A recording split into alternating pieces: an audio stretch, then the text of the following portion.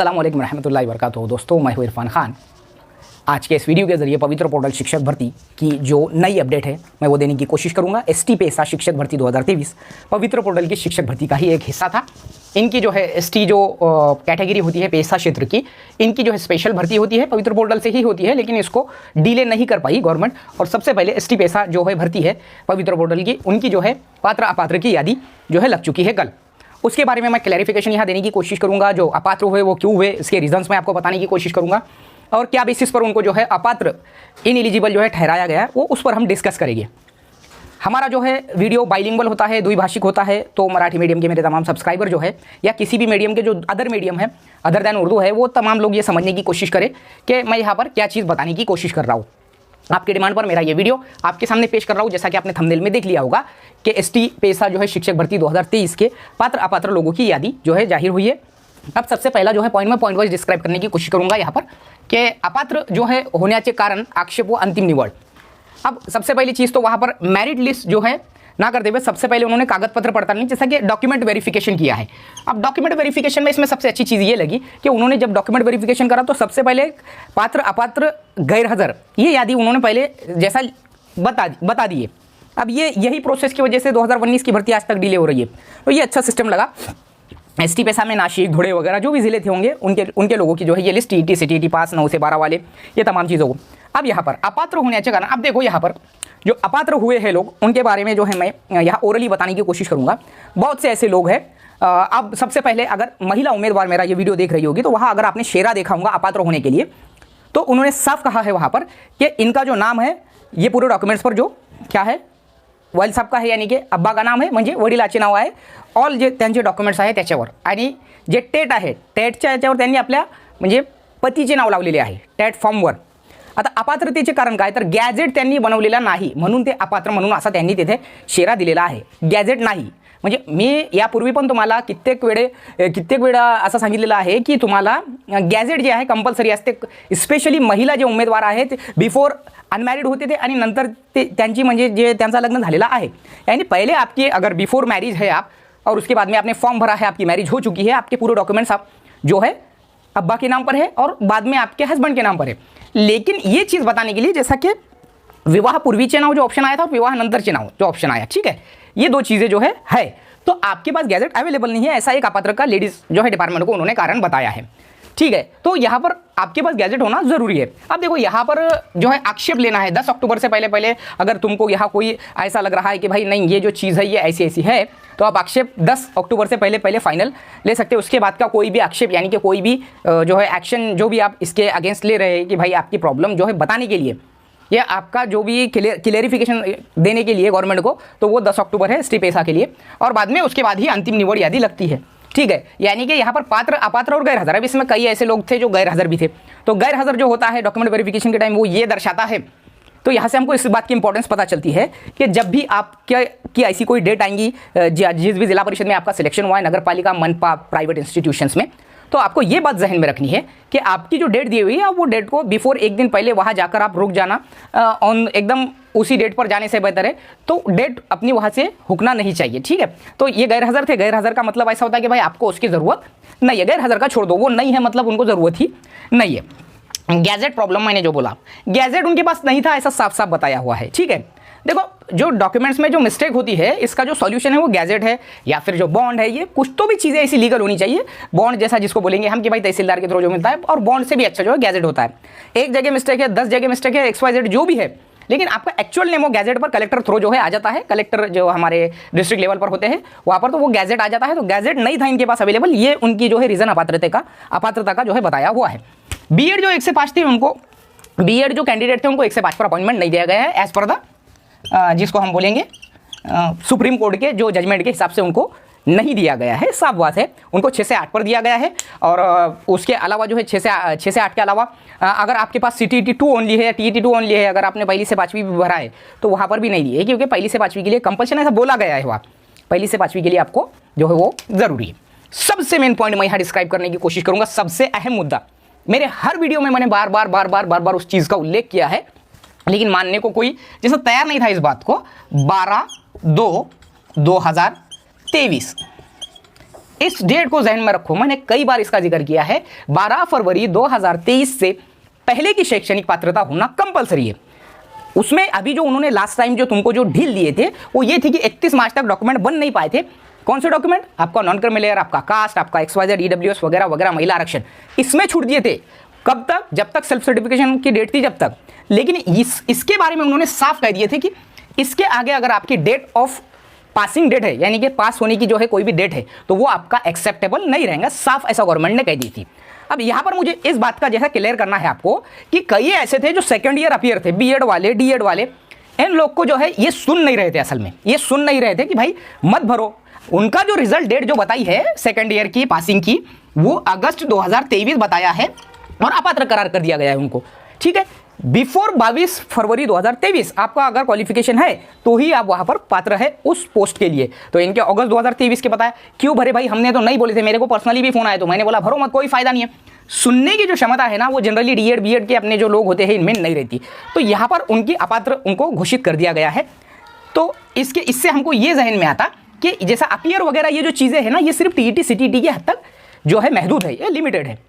आप लोगों को यानी कि इन लोगों को यानी कि जब समझाने का मैंने ऐसा समझाया कि भाई तुम लोग अब जब भर रहे हैं, जब मुझे उन्होंने पर्सनली पूछा तो भर रहे हैं मेरे भाई, तो 15-15 20-20 साल से जो 17-17 16-16 साल से ऐसे कैंडिडेट से जो बैठे हुए, 2007 वाले भी है इस भर्ती में, समझे, 2010 वाले, 2008 वाले जिनका डीएड 2008 में 7 में हुआ 9 में हुआ, वो लोग भी है, वो है अभी वो पात्र है। जो पात्र उम्र वाले हैं वो करो, अभी तुमको आगे मौके है, सुने नहीं ये लोगों ने, भर दिए, अपात्र ठहरे। ठीक है, इसके बाद में ये जो मेन मुद्दा था, अब कोई भी डेटा, कोई भी एग्जाम डेट, अब मैं यहाँ पर बताने की, मैंने देखो बार बार बोला था, तुम्हारा अगर डिग्री सर्टिफिकेट नहीं हो तो ये बात हम काबिले कबूल है मान लेंगे, बाद में आया, तुम पास किस तारीख को हुए ये बहुत मस्ट होता है। 12 फरवरी 2023 के पहले पास है, मतलब तुम शिक्षक भर्ती के लिए पात्र है, ये साफ बात है। अब रही बात वहाँ पर बीएड 1 से 5 की बताया। अब जो टीईटी 2018 और 19 की केस में जो कैंडिडेट्स थे टीईटी फ्रॉड की केस में, इन लोग का वहाँ अपात्रता का कारण बताया है कि उस यादी में इनका नाम है। लेकिन यही कैंडिडेट अगर सीटीईटी पास है तो उनको वहाँ पात्र करार दिया गया है। नाम इनका भी उल्लेख किया है कि प्रतिबंधित यादीमध्ये समावेश, पण सीटीईटी पास असल्यामुळे पात्र, ऐसा उसमें साफ मेंशन किया गया है। बाकायदा उसके सामने लिखा गया है कि जो ये कैंडिडेट है वो टीईटी के प्रतिबंधित यादी में है, लेकिन ये सीटीईटी पास है इसलिए ये पात्र है। उसके बाद में रही बात एमएससीआईटी का भी वहाँ जिक्र किया गया है। एमएससीआईटी जो होता है ये वहाँ पर अपात्र बोला गया है कि भाई एमएससीआईटी नहीं था, या एमएससीआईटी बाद में पास किया गया। लेकिन इस पर आक्षेप जैसा जो भी ये लोग आक्षेप लेंगे तो उसमें कई ऐसी चीज़ें हैं, कई ऐसे जो है वहाँ पर हम अपनी बातें रख सकते। तो एमएससीआईटी के बारे में ऐसा है कि जनरली इसको मौका मिल जाता है, यानी इसके लिए उतना कुछ ये अपात्रता का कारण नहीं है, इस पर मौका मिल सकता है, बाकी चीज़ों पर मौका नहीं मिलता है। अब गैजेट की बात है तो गैजेट का सॉल्यूशन जो गवर्नमेंट बोलेंगी कि भाई गैजेट अवेलेबल नहीं था और इसकी पूर्तता करावी बोल के सामने लिखे हुआ, इसका मतलब वो चांस देंगे गैजेट को। बहुत से कैंडिडेट ऐसे थे एसटी पेशा के जिनको ऑन द स्पॉट जिन्होंने वैलिडिटी नहीं दी है। अब ये बात को मेरे जहन में रखो, जो other than open, other than OBC, EWS candidate है, Marathi medium, Urdu medium, ST पेशा या भरतीत ऑन द स्पॉट आपल्याला कास्ट सर्टिफिकेट, पेशा सर्टिफिकेट आणि कास्ट व्हॅलिडिटी सर्टिफिकेट सादर करावा लागतो कोणत्याही भरतीत। तर या जागी जे आहे त्यांचा जे कारण लिहिलेलं आहे की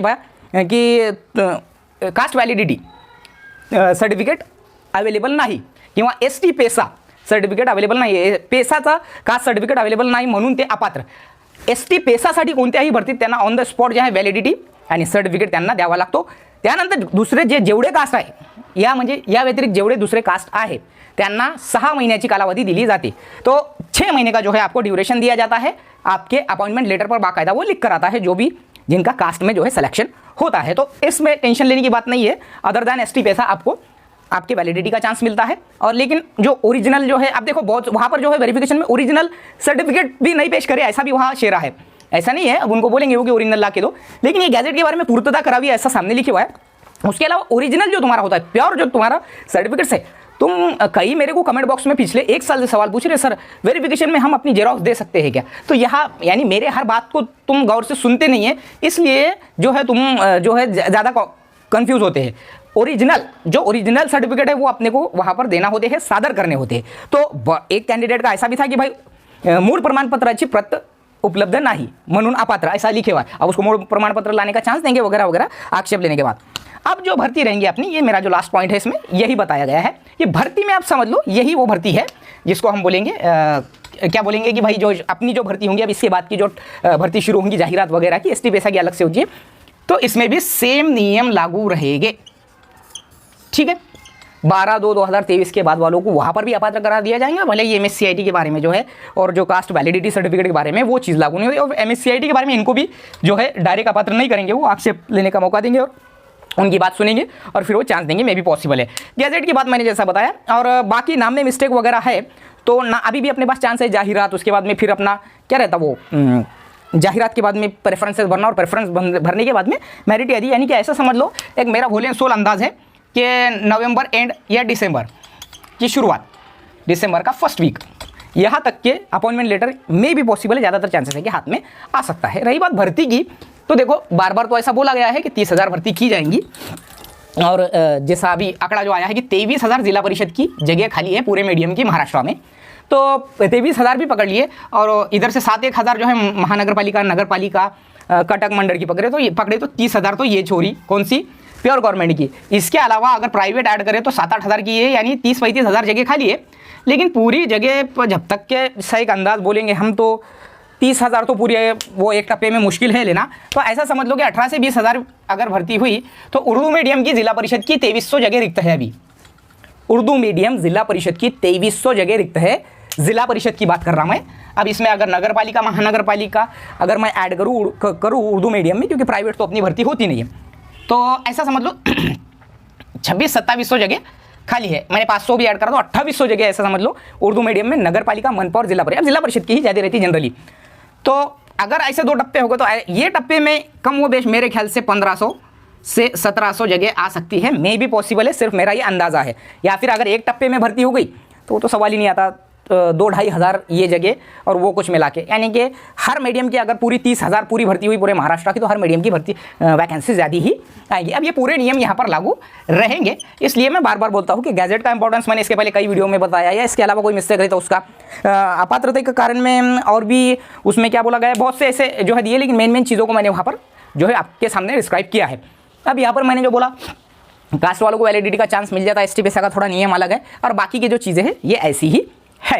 अब जाहिरात आने से पहले या इसके प्रेफरेंसेस चालू होने के पहले टाइम है, तो जो भी चीज़ें हैं क्लियर करके रखो। ऐसी कोई इसकी बात नहीं है, अपने को अपनी बात रखने का मौका दिया जाता है, जैसा कि वो बोले ना यहाँ पर कि आक्षेप लो भाई, आपके अगर ऐसा लग रहा है वहाँ पर कुछ ये है तो फिर आप आक्षेप ले सकते हैं, यानी कि ऑब्जेक्शन लेने के लिए भी चांस दिया जाता है। तो इस तरीके से वहाँ पर बताया गया है कि क्या तरीके से वहाँ पर अपात्र किया गया है और उनको आक्षेप लेने के लिए चांस दिया गया है। आज की इस वीडियो के जरिए मैंने बहुत सी चीज़ें जो है आपको बताने की कोशिश की जो आपके दिमाग में थी, और इस वीडियो के जरिए कल के जो लिस्ट लगने के बाद में उसमें क्यों अपात्र ठहराया गया और आगे क्या हो सकता है, आगे के नियम जो है हमारे भर्ती में क्या लग सकते हैं, ये जो है बात है। रही बात 9वीं से 12वीं की, तो 9वीं से 12वीं की भी वैकेंसीज अच्छी खासी आती है। प्राइवेट इंस्टीट्यूशन की बात करूँ मैं तो वहाँ की ज़्यादा आती है। जिला परिषद, नगर पालिका, मनपा में वैकेंसी का प्रमाण कम रहता है 9वीं से 12वीं का, ये पहले से ही उसूल चलते आ रहा है। लेकिन बाद में जो 100% जो ग्रांटेड है, 80% ग्रांटेड वगैरह ये जो संस्थाएं होती है जो only on the basis of TET mark जो है आपका विदाउट इंटरव्यू आपका सिलेक्शन करती है, मराठी मीडियम वाले अगर मेरा खासकर देख रहे होंगे तो यहाँ पर आपको सिर्फ जैसा जिला परिषद में सिर्फ टेट के मार्क पर विदाउट इंटरव्यू में आपका वैसा ही सिलेक्शन होता है, और आपका वेरिफिकेशन भी सेम उसी जो है टाइप में होता है वगैरह वगैरह। रही बात सब्जेक्ट की, तो 6ठी से 8वीं पर यहाँ पर जैसा पेशा के लिस्ट में सब्जेक्ट भी वहाँ उल्लेख किया गया है कि भाई साइंस का है तो उसका जूलॉजी वगैरह या कोई जो उसने सब्जेक्ट डाला था उसका उल्लेख वहाँ पर किया है। और अपात्र ऐसे हुए और पात्र ऐसे हुए, और गैरहाजिर वाले तो गैरहाजिर थे। 9वीं से 12वीं में आपका बहुत मायने रखता है आपके सब्जेक्ट्स, जैसा कि आपका इंग्लिश है, साइंस है, आर्ट्स है, सोशल साइंस है, भाषा है वगैरह, ये बहुत मायने रखता है। ऐसे ही वीडियो हम आगे भी आपके सामने पेश करेंगे। आज के वीडियो के जरिए मैंने बहुत सी बहुत सी बातों का क्लैरिफिकेशन करने की कोशिश किया।